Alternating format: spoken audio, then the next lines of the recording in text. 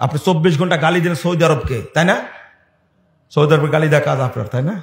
ও, আপনার অন্তরটা জ্বলে যাচ্ছে যে ইয়ামানের হুতিদের উপরে সৌদি সরকার হামলা করে মানুষ মেরে দিচ্ছে। বেঈমান কোথাকার!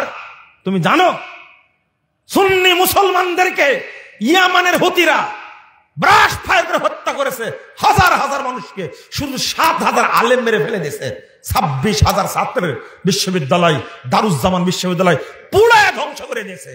তুমি তখন দেখোনি? লজ্জা লাগে না তোমার? শিয়ারা হলো অভিশপ্ত। শিয়ারা মা আয়েশাকে গালি দেয়, শিয়ারা আবু বকরকে গালি দেয়, শিয়ারা ওমরকে গালি দেয়, আয়েশাকে গালি দেয়, আর তুমি শিয়াদের পক্ষ নিছো? দালাল কোথাকার! তুমি 1 নম্বর দালাল শিয়াদের। আরে আগে আকীদা বুঝো আগে। বেহায়া, তোমার কোনো আকীদা নাই, তোমার বুঝ নাই, পড়াশোনা নাই, হামাসের পক্ষ নিয়েছো তুমি। ও, কালকে এক জায়গায় প্রোগ্রাম গেছে সাতক্ষীরাতে, বলছে যে আপনি হামাসের বিরুদ্ধে বলেন কেন? আমি বললাম হামাসকে আমার দুলা ভাই, ওর পক্ষে বলতে হবে। শরম লাগে না আপনার? হামাস হলো ইখওয়ানীদের শাখা। এই হামাসের কারণে আজকে বাইতুল মাকদেস বিপদে পড়েছে, ওখানকার মুসলমানরা বিপদে পড়েছে।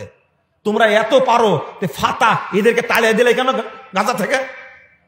এই হামাসের বন্ধু কারা?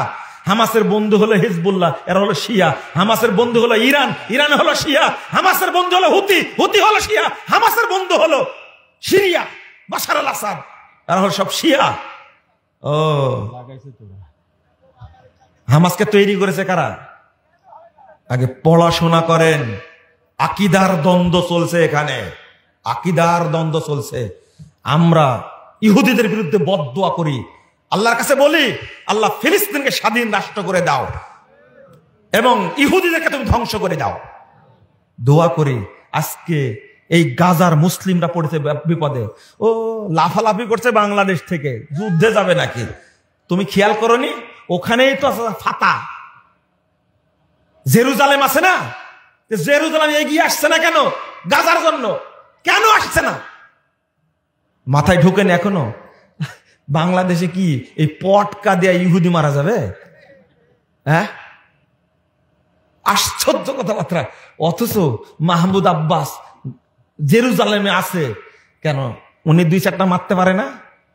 মারে না কেন? এইগুলো বুঝার জ্ঞান হবে না আপনার ভিতরে। ইহুদিদের কিট আছে, এই শিয়ারাই হলো ইহুদি। কি? আচ্ছা বলেন তো, দাজ্জাল কোথায় আছে?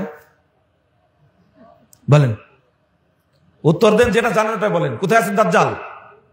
জেরুজালেমে, তাই না? বলছে জেরুজালেম আছে। ওই ভাইরাস বক্তা শিখাইছে, ওই ভাইরাস বক্তা সেই দাজ্জাল নাকি জেরুজালেমে আছে। খাটাস বক্তা। তুমি হাদিস পড়ো না, জানো না? আল্লাহ রাসূল বলছেন ইয়াখরুজুদ দাজ্জাল মিন আসবাহান মিন করিয়াত ইয়াহুদ ইয়াহুদিয়া। আল্লাহ রাসূল বলতেন দাজ্জাল বের হবে আসবাহান শহরের ইয়াহুদি নামক গ্রাম থেকে, এলাকা থেকে। ওয়ামাহু 70 আলফাম মিনাল ইয়াহুদ, আর তার সাথে তখন ইহুদিদের প্রশিক্ষিত 70,000 ইহুদি থাকবে। 13,343 নম্বর হাদিস মুসনাদে আহমদের মধ্যে এসেছে। আসবাহান কোথায়? এই যুবক ছেলেরা, তুমি খালি ভাইরাস বক্তার পিছনে দৌড়ে বেড়াও। তুমি শোনো, বলো তো আসবাহানটা কোথায়? আসবাহানটা ইরানের তেহরান থেকে 341 কিলোমিটার দূরে। তুমি সার্চ দিয়ে দেখো। তাহলে ইরানে আছে কে? কে? দাজ্জাল। দাজ্জালকে প্রতিপালন করছে, পুষছে কারা? শিয়ারাই পুষছে। আর আপনার মুখ দিয়ে বের করছে দাজ্জাল নাকি জেরুজালেমে আছে। সি সি সি সি, এইরকম বানর এদের মিথ্যা কথা বলবে না, শয়তান এত মিথ্যা কথা বলবে না। শরম লজ্জা করেন একটু? শোনেন শোনেন শোনেন, তাহলে ওই জায়গায় 70,000 ইহুদি কোথায় পেল? বুঝেননি?